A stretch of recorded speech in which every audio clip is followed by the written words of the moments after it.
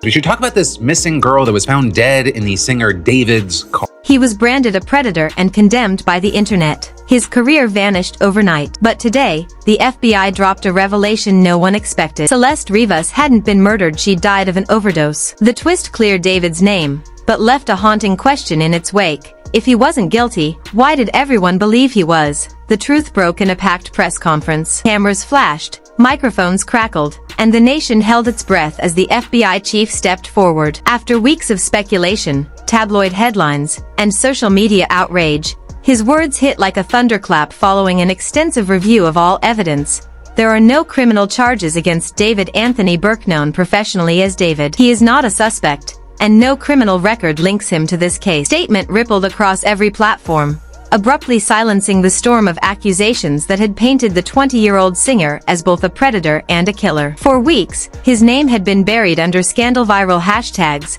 leaked screenshots, and song lyrics twisted into proof of guilt. But the truth, at last, was neither cinematic nor scandalous, it was tragic. Celeste Rivas, the 15-year-old found lifeless in David's Tesla, had died from an overdose. The autopsy confirmed it, and just like that, the story the world thought it knew began to unravel. The findings confirmed what countless online theorists had refused to believe. Celeste Rivas's death was not the result of strangulation, stabbing, or any deliberate act of violence. It was a fatal overdose. The toxicology report revealed a deadly mix of opioids and depressants in her system, the kind of combination that has become heartbreakingly common amid the addiction crisis devastating America's youth. Forensic notes added another disturbing layer. Though Celeste's body had been found in an advanced state of decomposition and partially dismembered, investigators found no conclusive evidence that David had caused those injuries. Some even speculated that the dismemberment occurred after death, an attempt to conceal the truth rather than evidence of a brutal crime. It was not the revelation the internet was ready for. To millions of fans and critics alike,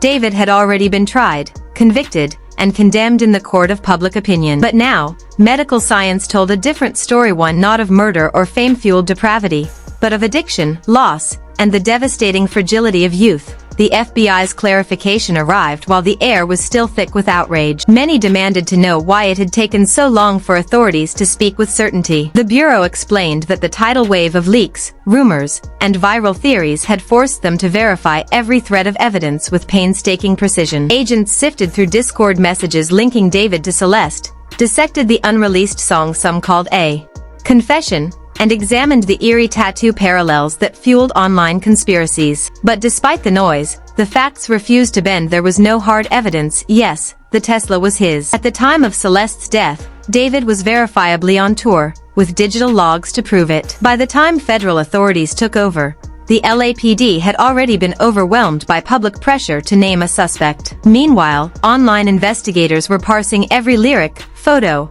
and interview in search of guilt. The FBI's review made it official. No criminal record, no charges, no suspect designation. Legal analysts had warned all along suspicion is not proof. Still, the truth struggled to cut through the story the internet had already written. The web was too deeply invested in its villain. Clips of the Tesla being towed still circulated. Neighbors' whispers about a strange smell resurfaced. A teacher's somber retelling of Celeste's troubled past and her rumored connection to the young star fed the endless churn. And one viral broadcast summed up the public mood perfectly. A tragedy had lost its mystery, but the audience wasn't ready to let go of the drama. We now know who the victim is in this case, and there are a lot of twists and turns. Yes, the victim, as it turns out, is a 15-year-old girl named Celeste Rivas, and Celeste Rivas had gone missing about a year ago. The image was impossible to air. A teenage girl missing for over a year, found lifeless in the trunk of a celebrity's car. It was the kind of haunting detail that refused to fade,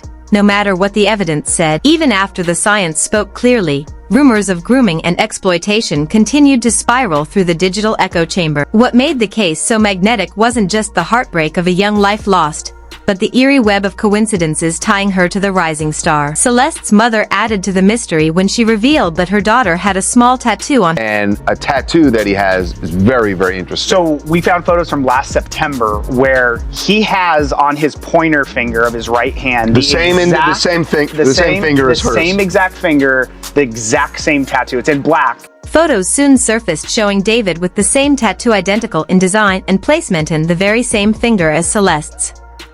Not long after, an unreleased track titled Celeste leaked online. Its lyrics spoke of obsession, secrecy, and flashing police lights, including the chilling line, "Nobody ever caught me." Within hours, fans were dissecting every word, convinced it was a hidden confession. The media seized on the frenzy, amplifying speculation until it became near fact. Then came the screenshots.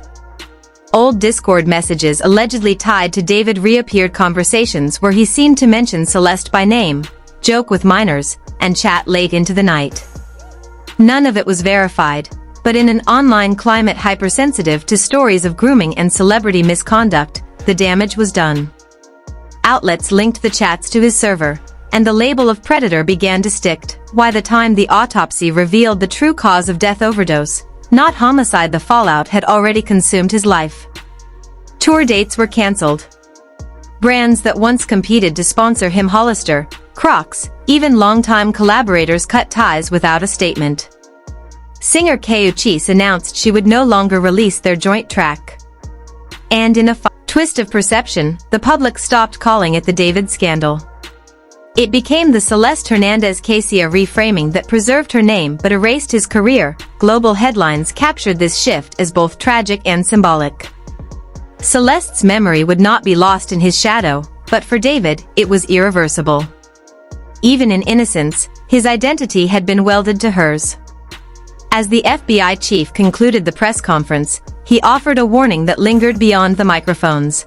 This case was a lesson in how viral speculation can destroy lives faster than truth can catch up. Due process exists.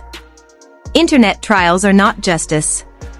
The FBI chief's closing words were unambiguous, but like everything else in this case, they struggled to cut through the noise. On Reddit, Twitter, and TikTok, the storm raged on. Threads multiplied, counting supposed victims, analyzing lyrics for hidden meanings, even turning David's fashion choices into clues.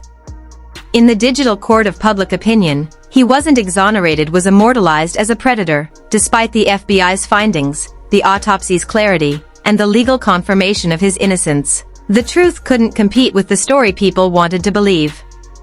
A young star. A dead girl. The whisper of forbidden love.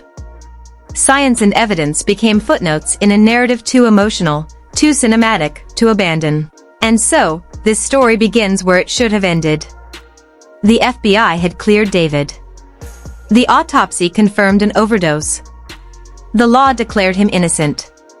Yet the saga was far from over, because absolution in court means little in the court of clicks. The internet had no intention of letting him go. The questions that lingered were bigger than one case. How did we get here? How did whispers, screenshots, and Discord chats turn into national headlines? How did an unreleased song become evidence in a digital witch hunt? And why did millions believe, without proof, that a 20-year-old musician was a killer? To answer that, we have to re-window the allegations, the leaks, and the viral outrage that turned one family's tragedy into one of the most sensationalized scandals of the decade. The autopsy might have spoken, and the FBI might have cleared his name, but just weeks earlier, the world saw a very different David. Back then, he wasn't a victim of online hysteria, he was the villain in a story that spread faster than any song he had ever released. It began with a shocking discovery in Los Angeles, and from there, it spiraled into chaos. Something larger was brewing, a perfect storm of internet culture, celebrity scandal, and a society conditioned to assume the worst.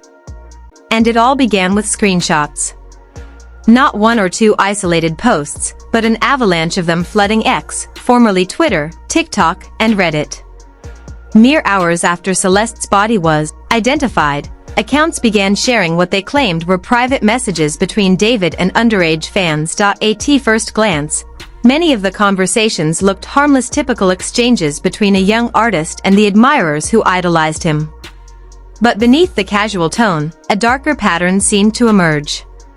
Some screenshots appeared to show him acknowledging the girls' ages, yet continuing to message them in flirtatious or suggestive ways. Others allegedly mentioned Celeste by name, as though she had always been part of his digital orbit. The impact was explosive.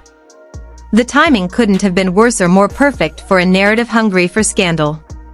The investigation had barely begun, yet the internet already believed it had found proof of guilt. These supposed leaks didn't just fuel speculation, they transformed the entire story. Now, it wasn't merely that a missing girl had been found in his car. The narrative had evolved into something far more damning. That Celeste had been part of an inappropriate, possibly predatory relationship with one of the most promising young